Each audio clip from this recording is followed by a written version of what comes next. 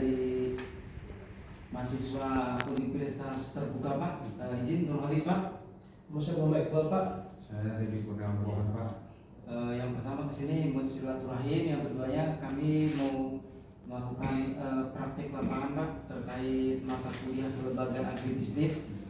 Mungkin ada beberapa yang ingin saya sampaikan Pak terkait yang pertama analisis tentang deskripsi kelembagaan, struktur lembaga dan proses operasional di BPPL Batam ini Pak. Baik, Mas Iqbal dan teman sekalian, dari kami para dekan Batam pertama sekali ucapkan terima kasih sudah berkunjung ke BPPL Batam ya, untuk melengkapi apa yang ditugaskan dari kampus. Yang pertama terkait analisa kelembagaan, kami merupakan unit pelaksana teknis dari Direktorat Jenderal Perikanan Budidaya.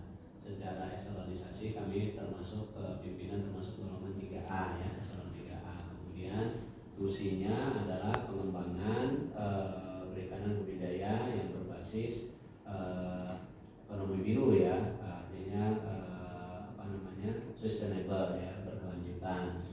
Kemudian kami di sini dipimpin oleh seorang kepala balai, kemudian ada kasubag umum 1 orang, kemudian ada 5 katinja. Nah, katinja itu yang pertama katinja produksi calin dan lobster, ya itu Bapak Adi Suseno. Kemudian yang kedua katinja produksi benih dan induk, itu Pak Ibrahman. Yang ketiga katinja sarana dan prasarana. Yang keempat katinja kesehatan ikan dan lingkungan, ya itu ada Bu Tati. Yang kelima katinja hubungan manajerial, ya, jadi ada 5 katinja ya. Katinja hubungan manajerial ini ya kasubag umum lah ya. Nah itu secara kelembagaan. Secara SDM total pegawai kita ya itu sebanyak 88 orang, terdiri dari 47 PNS, 1 CPNS, dan P3K penuh waktu itu 24 orang, P3K paruh waktu itu sebanyak 16 orang. Nah itu dia secara ininya. Kemudian nanti secara tugas pokok dan fungsi mungkin bisa saya kirimkan ini lah ya, mungkin bisa bilang atau bisa dikasih profil lah gitu ya, profil dari BPPL Batam ini bisa saya sampaikan. Kemudian karena kita berkaitan sama komoditas budidaya, ada beberapa komoditas ikan laut yang nilai ekonomisnya cukup tinggi yang kita kembangkan. Yang pertama itu adalah ikan kakap putih ya, ikan kerapu, ikan bawal bintang, ikan Napoleon ya, ikan hias laut ya, dan terakhir adalah lobster ya. Kemudian ada juga ikan yang kita coba domestikasi ya, ini ikan jetpers ya. Ikan jetpers itu ya air tawar, cuma kita coba untuk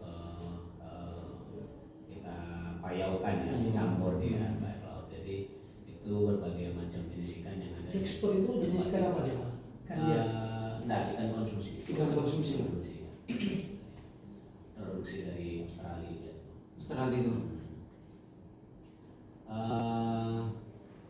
Kemudian dari sarana ya, sarana itu ya selain gedung kantor utama ya, mungkin untuk mendukung keberhasilan budidaya di lapangan itu nanti akan berbagai macam hatchery ya. Jadi setiap komunitas itu memiliki hatchery-nya masing-masing tuh. Nanti ada khusus ikan hias, khusus kerapu, khusus bawah, sampai ada khusus lobster. Nah, itu mungkin secara singkat terkait kelembagaan dan tugas yang perlu kita laksanakan. Ada lagi yang mau dilihat? Proses operasionalnya gimana? Proses operasionalnya itu karena kita lembaga pemerintah ya, di pelaksana teknis, anggarannya berbasis APBN. Jadi sumber pendanaan itu dari APBN, baik itu rupiah murni maupun dari PNBP. Nah, PNBP ini nanti ada target. Jadi dari dari penjualan ikan itu disetorkan ke negara, nanti duitnya bisa digunakan lagi untuk operasional kegiatan sehari-hari. Nah, itu proses bisnisnya dari situ. Jadi semua anggaran kita itu berbasis APBN. Nah, kemudian untuk mendukung kegiatan-kegiatan di masyarakat ya, itu baik dari bantuan, kita ada dari bantuan benih ya, bantuan calon induk, bantuan rumput laut, bantuan bioplok juga ada ya, itu sumber anggarannya semua APBN ya, dan monitoring lingkungan operasi. Berarti di sini ada penjualan langsung ke masyarakat loh. Pengeluaran langsung dalam bentuk duit tidak ada, tapi yang tadi bantuannya barang. Oh, langsung itu ke masyarakat. Ya, langsung ke masyarakat. Jadi mereka itu Tapi kayak pelatihan atau ini?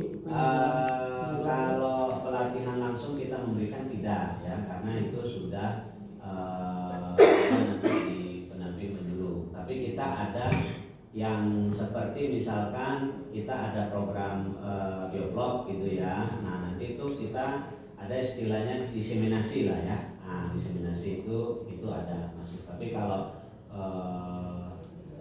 pelatihan secara khusus itu enggak, tapi ini hanya untuk mendampingi kegiatan program.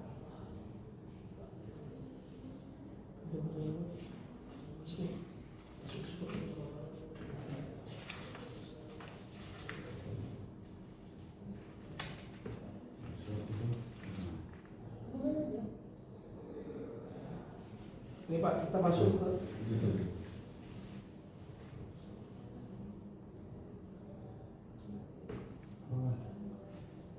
jadi kira-kira gini Pak, dalam kelembagaan di BPL Batam ini faktor internalnya dan eksternal, kira-kira kekuatan atau SWOT-nya.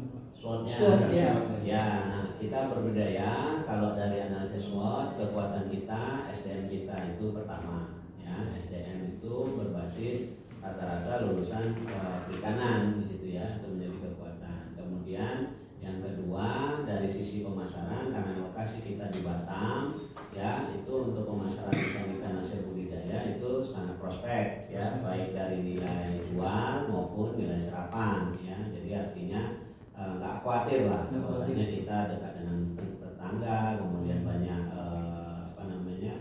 wisatawan, itu daerah kita juga didukung oleh gemar makan ikan yang layak hidup ya. Nah, jadi itu tidak khawatir, itu salah ada dua ya, dari SDM, kemudian dari nilai posisi strategis. Yang ketiga ya, karena kita merupakan pemerintah ya, kita itu bisa saja operasional itu tidak hanya terikat pada APBN ya, tapi kerjasama dengan yang lain. Nah, sisi lemahnya karena yang pertama Batam itu tidak memiliki rencana tata ruang yang berkelanjutan untuk budidaya ya. Contohnya mungkin kanan kiri kita sekarang sudah banyak bangun industri. Nah, itu menyebabkan penurunan kualitas lingkungan di situ. Nah, itu yang menjadi titik berat pengembangan budaya ke depan. Jadi sumber air kita itu sudah tidak sejernih atau semudah sebelumnya.